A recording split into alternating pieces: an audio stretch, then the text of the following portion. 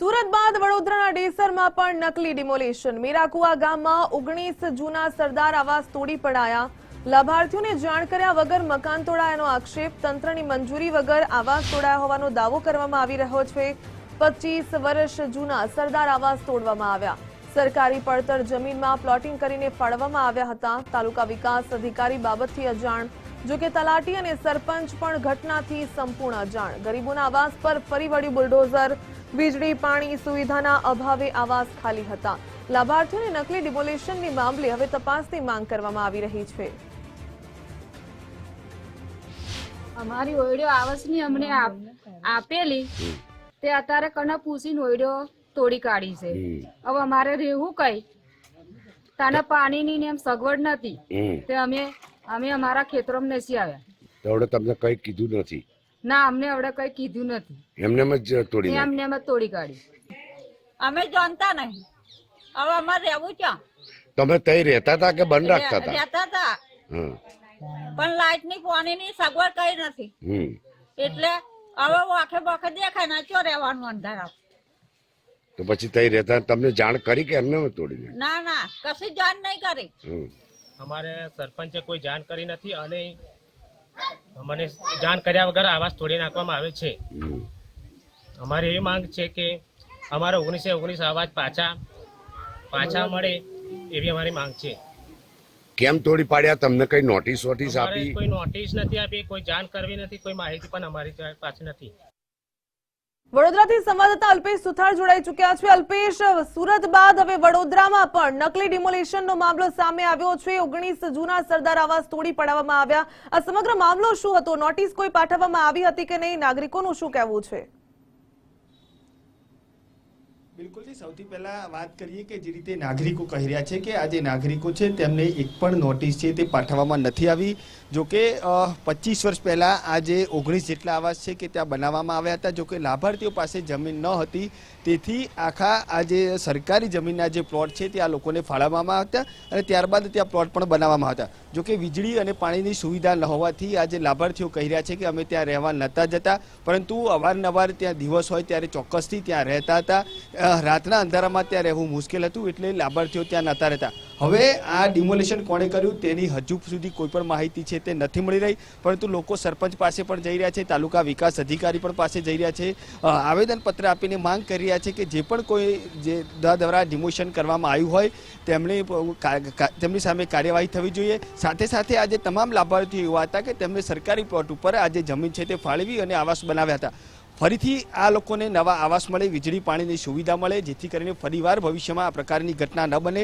જોકે હાલ સુરત બાદ વડોદરામાં ફરીવાર એ જ પ્રકારની ભૂતિયા ડિમોલેશનની જે સ્થિતિ છે તે અહીંયા જોવા મળી રહી છે। ડિમોલેશન કોણ કરી ગયું તેની હજુ કોઈને સુધી જાણ નથી।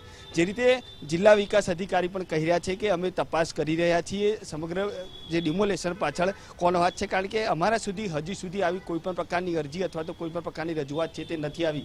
જોકે કોઈ પણ જાતનું ડિમોલેશન કરવું હોય તો જેની પણ જમીન હોય અથવા તો જેના પણ આવાસ હોય તેમને સૌપ્રથમ નોટિસ આપવી જરૂરી છે, કારણ કે નોટિસ આપ્યાથી જેની જમીન માલિકીની હોય તેને જાણ થાય, પરંતુ અહીંયા કોઈ પણ પ્રકારની નોટિસ છે તે આપવામાં નથી આવી અને ગઈકાલે આજે તમામ 19 જેટલા આવાસ છે તેને તોડી પાડવામાં આવ્યા છે। સરપંચ તેમજ જે તાલુકા વિકાસ અધિકારી છે તેમજ જિલ્લા વિકાસ અધિકારી છે, આ તમામ લોકો છે તે ક્યાંક ને ક્યાંક સમગ્ર બાબતથી અજાણ હોવાનો દાવો કરી રહ્યા છે। ત્યારે હવે કોના દ્વારા ડિમોલેશન કરવામાં આવ્યું તે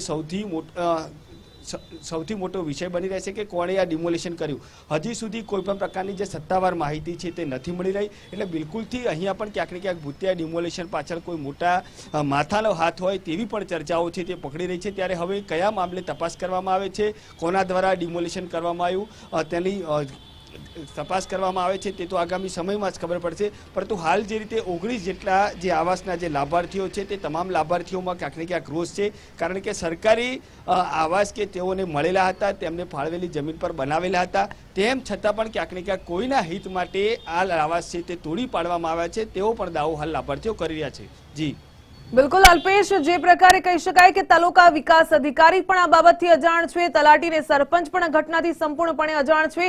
સવાલ થઈ રહ્યો છે તો આ ગરીબોના આવાસ પર બુલડોઝર કોણે ફેરવ્યું? એ જ કહી રહ્યો છું કે હજી સુધી નામ જાહેર નથી થયા કોના દ્વારા ડિમોલેશન કરવામાં આવ્યું।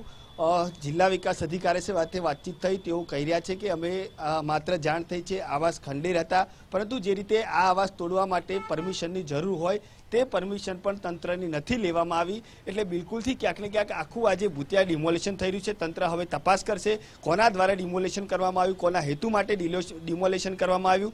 એટલે હવે તપાસ થાય ત્યારે આખો આજે સમગ્ર કિસ્સો છે તે બહાર આવશે. પરંતુ ફરી એકવાર ક્યાંક ને ક્યાંક આ ભૂતિયા ડિમોલેશનનો જે કિસ્સો છે તે વડોદરાના ડીસર તાલુકાનું જે રાતોડિયા ગામ છે ને ત્યાંથી આખો આ સામે આવ્યો છે.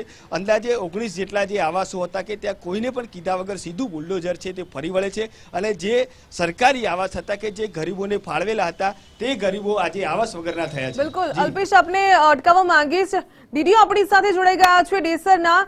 સાહેબ, આપનું સ્વાગત છે ગુજરાત ફર્સ્ટમાં. દિનેશ પટેલ સાહેબ, જે પ્રકારે કહી શકાય કે તંત્રની મંજૂરી વગર ક્યાંક આવાસો તોડાયા હોય તેવો દાવો થઈ રહ્યો છે, ખરેખર મંજૂરી આપવામાં આવી હતી કે નહીં? કોઈ ગ્રામ પંચાયત તરફથી અથવા તાલુકા પંચાયત તરફથી કોઈ મંજૂરી આપવામાં આવેલ નથી. હાલમાં હું સ્થળ ઉપર જ છું. તો સર, આ જે આવાસ છે કોના દ્વારા તોડી પાડવામાં આવ્યા? આવેદન પત્રમાં એવું લખ્યું છે સરપંચશ્રીએ તોડાવે છે, પણ હકીકત હવે સ્થળ તપાસમાં છું અત્યારે. તો લાભાર્થીઓને નિવેદન માટે બોલાવે છે, એ નિવેદન આપે એના ઉપર આગળ એના પગલા લઈશું આપણે. સર, જે પ્રકારે અત્યારે ભૂતિયા ડિમોલેશનનો મામલો સુરતથી પણ સામે આવ્યો હતો, તંત્ર અજાણ હતું ને કોઈ બુલડોઝર ફેરવીને જતું રહ્યું. હવે ડીસર તાલુકામાં આ પ્રકારે સમગ્ર મામલો સામે આવ્યો છે. તલાટી અને સરપંચ પણ ઘટનાથી સંપૂર્ણ અજાણ હોવાનું કહી રહ્યા છે. તો ખરેખર આ ગરીબોના આવાસ પર બુલડોઝર ફેરવનાર કોણ હતું અને જો સામે આવશે એ વ્યક્તિ તો તેની સામે કેવી કાર્યવાહી કરવામાં આવશે? જે પણ જવાબદાર હશે એના સામે કડકમાં કડક પગલા લેવામાં આવશે. એમાં તટસ્થતાથી કામગીરી કરવામાં આવશે. કોઈ પણ સરકારી અધિકારી હશે કે પદાધિકારી હશે એમાં આગળથી કામ કરવામાં આવશે આગળ. એટલે સર, આપની પાસે તો કોઈ મંજૂરી લેવામાં નથી આવી કે આપને આ વસ્તુની કોઈ જાણ પણ નથી? પાસે પણ નથી લીધી, તલાટી કમ મંત્રી પાસે પણ નથી લીધી અને તાલુકા વિકાસ અધિકારી પાસે પણ મંજૂરી નથી લીધેલી. તો સર, આપ સ્થળ પર પહોંચ્યા છો તો કોઈ વિગત આપને મળી છે કે કોણે તોડી નાખ્યા અને આ પ્રકારે તંત્રને જાણ કર્યા વગર જ કોણ આવી કાર્યવાહી કરી શકે? હાલમાં હું સ્થળ ઉપર જ છું. હવે લાભાર્થીઓને બોલાયા છે નિવેદન માટે, તો એ બધા આવે પછી ખબર પડે કે હકીકતમાં કોને તોડ્યું છે. બિલકુલ, અમારા સંવાદદાતા પણ જોડાયેલા છે જે સ્થળ પર પહોંચ્યા છે, જે લોકો છે તેમની સાથે પણ વાતચીત કરી છે, એ પણ આપણે સવાલ કરવા માંગી રહ્યા છે. જી અલ્પેશ.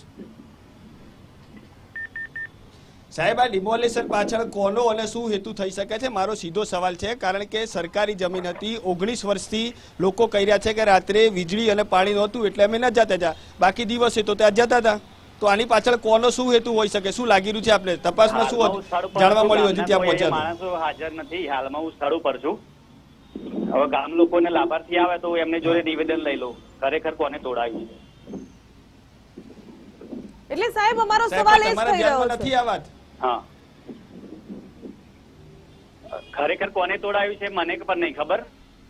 હવે આવાસના લાભાર્થીની હું નિવેદન લઉં તો એમાં ખબર પડે પછી. સાહેબ, પરમિશન વગર આ રીતે કોઈના આવાસ પર બુલડોઝર ફરી શકે ખરું? કોઈ પણ ગ્રામ પંચાયતની મંજૂરી વગર કોઈ પણ વસ્તુ તોડી ના પડાય. સરકારી આવાસ હોય કે ગમે તે મંજૂરી વગર કોઈ ના તોડાય. તો સાહેબ, આ કઈ રીતે તૂટી ગયા? હવે શું તપાસ કરશો તમે? આની અત્યારે સ્થળ તપાસમાં જ છું. આના નિવેદન લઈને આગળ કાર્યવાહી માટે હું મોકલીશ પછી. સાહેબ, એક છેલ્લો સવાલ આપને પૂછવા માંગી રહી છું. જે સ્થળ તપાસ માટે આપ પહોંચ્યા છો, શું લાગી રહ્યું છે કે કોના દ્વારા આ કૃત્ય કરવામાં આવ્યું હોઈ શકે? તંત્રના નામે ડિમોલેશન કરી દે છે તો શું કોઈ બિલ્ડરનો હાથ હોઈ શકે કે કોઈ પોતાને જમીન પચાવી પાડવી છે? શું લાગી રહ્યું છે આપને? હવે 14 તારીખે વૃક્ષારોપણનો કાર્યક્રમ હતો. સાંસદ સભ્યશ્રીના પીએના માણસોએ તોડી પડાય એવું પ્રાથમિક અહેવાલ અમુક લોકો છે. સર, આ તો ડાયરેક્ટ પછી નેતાઓની સામે આંગળી ચીંધી રહ્યા છો, તેમની સામે કોઈ કાર્યવાહી થશે પછી? હશે તો કાયદેસરની કાર્યવાહી બધા હોય. એમાં તો ગામ લોકો હોય, સરપંચ હોય કે પદાધિકારી હોય, તટસ્થતાથી જ કામ થશે આમાં તો. સર, કોઈ પણ આ પ્રકારની કામગીરી કરતું હોય તો આપની પાસેથી પરમિશન લેવી જરૂરી બનતી હોય છે. પરમિશન લેવી જરૂરી છે 100%. તો લેવામાં નથી આવી તો શું તંત્ર હવે અધ્ધરતાલ ચાલી રહ્યું છે? ના, અમે તો કડક કાર્યવાહી આગળ કરીશું હવે આના ઉપરથી. બિલકુલ સર, ધન્યવાદ. આશા રાખીએ છીએ કે કડક કાર્યવાહી કરવામાં આવે. ગરીબોના આવાસ જેની પર બુલડોઝર ફેરવી દેવામાં આવ્યું છે, જે પણ વ્યક્તિ હોય તેની સામે તમે કડક કાર્યવાહી કરો.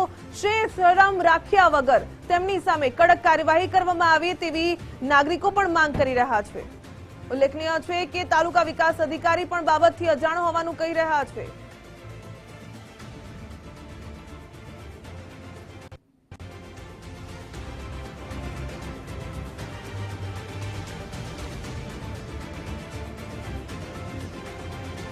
સૌથી મોટો સવાલ સુરત પછી વડોદરાની આ ઘટના સામે આવી છે. ડેસરમાં નકલી ડિમોલેશન કરી દેવામાં આવ્યું. તંત્ર હજુ પણ જાણતું નથી કે કોણે સરદાર આવાસ તોડી પાડ્યા. લાભાર્થીઓને જાણ કર્યા વગર મકાન તોડાયાનો આક્ષેપ લાગ્યો છે. તંત્રની મંજૂરી વગર આવાસ તોડાયાનો દાવો થઈ રહ્યો છે.